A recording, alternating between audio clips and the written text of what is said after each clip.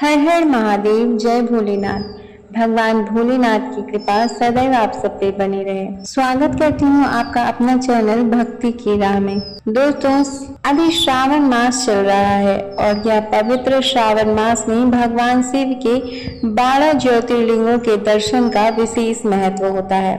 मान्यता है कि इन ज्योतिर्लिंगों के दर्शन से सभी दुख दूर होते हैं, जन्म जन्मांतर के पाप नष्ट हो जाते हैं और भक्त को मोक्ष की प्राप्ति होती है। श्रावण मास में शिवलिंग पर एक लोटा जल चढ़ाने का ही बहुत महत्व होता है। इसलिए श्रावण मास में हर मंदिर में हर शिवलिंग पर जल चढ़ाने के लिए, शिवलिंग की पूजा करने के लिए बहुत सारी भीड़ उमड़ पड़ती है।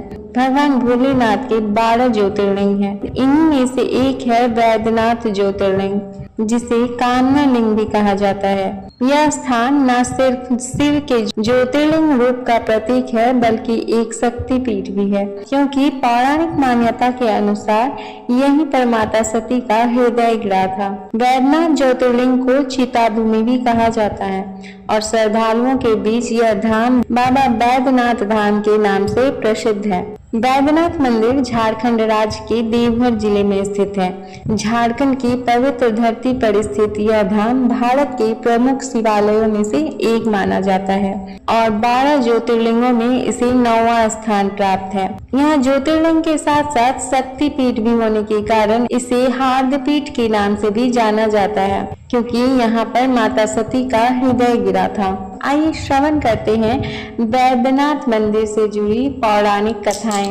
वैद्यनाथ ज्योतिर्लिंग की कथा रावण और भगवान शिव के बीच एक अद्भुत घटना से जुड़ी हुई है। कहते हैं कि रावण भगवान शिव को प्रसन्न करने के लिए कठोर तपस्या कर रहा था और उसने एक एक करके अपने 9 सिर काटकर शिवलिंग पर चढ़ा दिए। जब रावण 10वां सर काटने ही वाला था, तब भगवान शिव प्रकट हुए और उसकी भक्ति से प्रसन्न होकर वरदान मांगने को कहा। रावण भगवान शिव का बहुत बड़ा भक्त था। उसने भगवान शिव से आग्रह किया कि वह उसके साथ लंका चले और वहां स्थापित हो जाए। शिव जी ने उसकी बात मान ली, लेकिन एक शर्त रखी। उन्होंने कहा कि यदि रावण उन्हें रास्ते में कहीं भी जमीन पर रखेगा तो वह वहीं स्थिर हो जाएंगे। रावण ने यह शर्त स्वीकार कर ली और शिवलिंग को कंधे पर रखकर लंका की ओर प्रस्थान किया।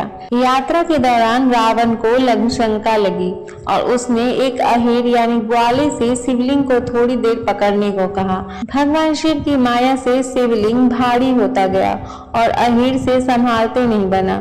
थक हार कर अहीर ने शिवलिंग को भूमि पर रख दिया और मारे डर के वहां से भाग गया। लघु शंका के बाद उसे अपने अशुद्ध हाथ पैर धोने के लिए पानी की आवश्यकता हुई। इधर उधर उसे कहीं भी पानी नहीं मिलने पर उसने क्रोधित होकर जमीन पर मुक्का मारा, जिससे पाताल गंगा प्रकट हुई और उसी जल से उसने अपने हाथ पैर धोए। इस स्थान पर बना वह कुंड आज शिव गंगा के नाम से जाना जाता है। श्रावण के महीने में लाखों श्रद्धालु बाबा बैद्यनाथ धाम में जलार्पण करने आते हैं और वे सबसे पहले शिव गंगा में स्नान करके शुद्ध होते हैं, तब बाबा बैद्यनाथ ज्योतिर्लिंग पर जल चढ़ाते हैं। जब रावण लौटा तो शिवलिंग को भूमि पर रखा देख क्रोधित हुआ और उसे उठाने के बहुत प्रयास किए, लेकिन वह असफल रहा और अंततः उसने शिवलिंग को अपनी अंगूठी से दबा दिया और निराश होकर लौट गया। तब से ही भगवान शिव इस स्थान पर वैद्यनाथ के रूप में विराजमान हो गए। साथ ही रावण के अंगूठे का चिन्ह आज भी शिवलिंग पर मौजूद है। यह थी वैद्यनाथ ज्योतिर्लिंग से जुड़ी हुई पौराणिक कथा। अगर आप भगवान शिव के सच्चे भक्त हैं तो एक बार समय निकालकर इस पवित्र स्थान की यात्रा जरूर करें और साथ ही बाबा बैद्यनाथ ज्योतिर्लिंग की पूजा कर उनका आशीर्वाद प्राप्त करें। कहते हैं यहाँ सच्चे मन से की गई हर प्रार्थना को शिव जी स्वीकार करते हैं और भक्त पर अपनी कृपा सदा बनाए रखते हैं। हम कामना करते हैं कि भगवान बैद्यनाथ आपकी सभी मनोकामनाएं पूरी करें और जीवन में सुख शांति बनाए रखें। उम्मीद है ये वीडियो आपको पसंद आया होगा। वीडियो को लाइक करें, शेयर करें और शिव जी के 12 ज्योतिर्लिंगों में से आप कौन कौन से ज्योतिर्लिंग के दर्शन कर चुके हैं, हमें कमेंट में जरूर बताइए। और यदि आपने हमारे चैनल को अभी तक सब्सक्राइब नहीं किया है तो चैनल को सब्सक्राइब करें और बेल आइकन प्रेस करके सारे नोटिफिकेशन ऑन कर लें। धन्यवाद।